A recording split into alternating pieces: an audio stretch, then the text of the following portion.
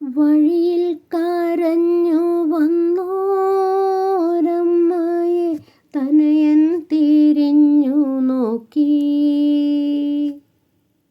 സ്വർഗീയ കാന്തി ചിന്തും മിഴികളിൽ കൂരമ്പു താണിറങ്ങി.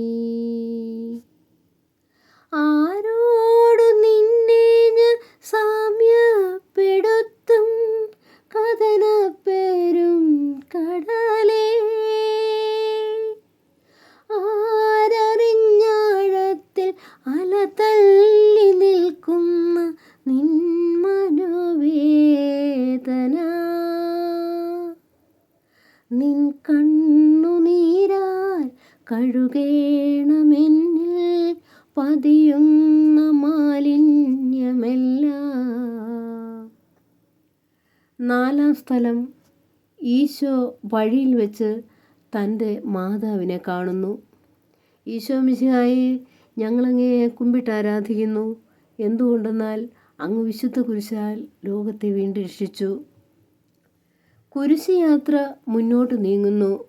ഇടയ്ക്ക് സങ്കടകരമായ ഒരു കൂടിക്കാഴ്ച. അവിടുത്തെ മാതാവ് ഓടിയെത്തുന്നു. അവർ പരസ്പരം നോക്കി. കവിഞ്ഞൊഴുകുന്ന 4 കണ്ണുകൾ, വിങ്ങിപ്പൊട്ടുന്ന 2 ഹൃദയങ്ങൾ. അമ്മയും മകനും സംസാരിക്കുന്നില്ല. മകൻ്റെ വേദന അമ്മയുടെ ഹൃദയം തകർക്കുന്നു. അമ്മയുടെ വേദന മകൻ്റെ ദുഃഖം വർദ്ധിപ്പിക്കുന്നു. 40-ാം നാൾ ഉണ്ണിയെ ദേവാലയത്തിൽ കാഴ്ചവെച്ച സംഭവം മാതാവിൻ്റെ ഓർമ്മയിൽ വന്നു.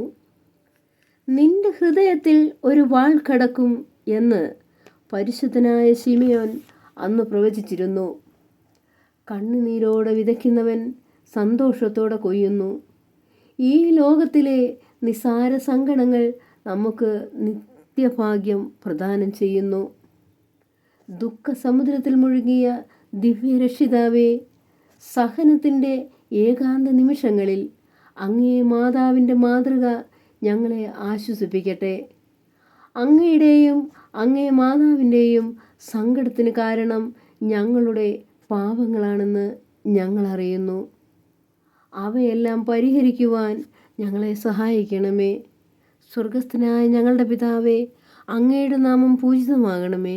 അങ്ങയുടെ രാജ്യം വരണമേ. അങ്ങയുടെ തിരുമനസ് സ്വർഗത്തിലെ പോലെ ഭൂമിയിലുമാകണമേ. അന്നന്ന് വേണ്ട ആഹാരം ഇന്ന് ഞങ്ങൾക്ക് തരണമേ. ഞങ്ങളോട് തെറ്റ് ചെയ്യുന്നവരോട് ഞങ്ങൾ ക്ഷമിക്കുന്നത് പോലെ ഞങ്ങളുടെ തെറ്റുകൾ ഞങ്ങളോട് ക്ഷമിക്കണമേ. ഞങ്ങളെ പ്രലോഭനത്തിൽ ഉൾപ്പെടുത്തരുതേ, തിന്മയിൽ നിന്ന് ഞങ്ങളെ രക്ഷിക്കണമേ. നന്മ നിറഞ്ഞ മറിയമേ സ്വസ്തി, കർത്താവ് അങ്ങയുടെ കൂടെ, സ്ത്രീകൾ അമ്മ അനുഗ്രഹിക്കപ്പെട്ടവളാവുന്നു. അങ്ങയുടെ ഉദരത്തിൽ ബലമായ ഈശോ അനുഗ്രഹിക്കപ്പെട്ടവനാവുന്നു. പരിശുദ്ധ മറിയമേ, തമ്പുരാൻ്റെ അമ്മേ, പാപികളായ ഞങ്ങൾക്ക് വേണ്ടി ഇപ്പോഴും ഞങ്ങളുടെ മരണസമയത്തും തമ്പുരാനോട് അപേക്ഷിച്ചു കൊള്ളണമേ. ആമേൻ. കർത്താവെ അനുഗ്രഹിക്കണമേ. പരിശുദ്ധ ദൈവമാതാവേ, അങ്ങേ തിരുക്കുമാരൻ്റെ തിരുമുറിവുകൾ ഞങ്ങളുടെ ഹൃദയത്തിൽ പതിപ്പിച്ചുറപ്പിക്കണമേ.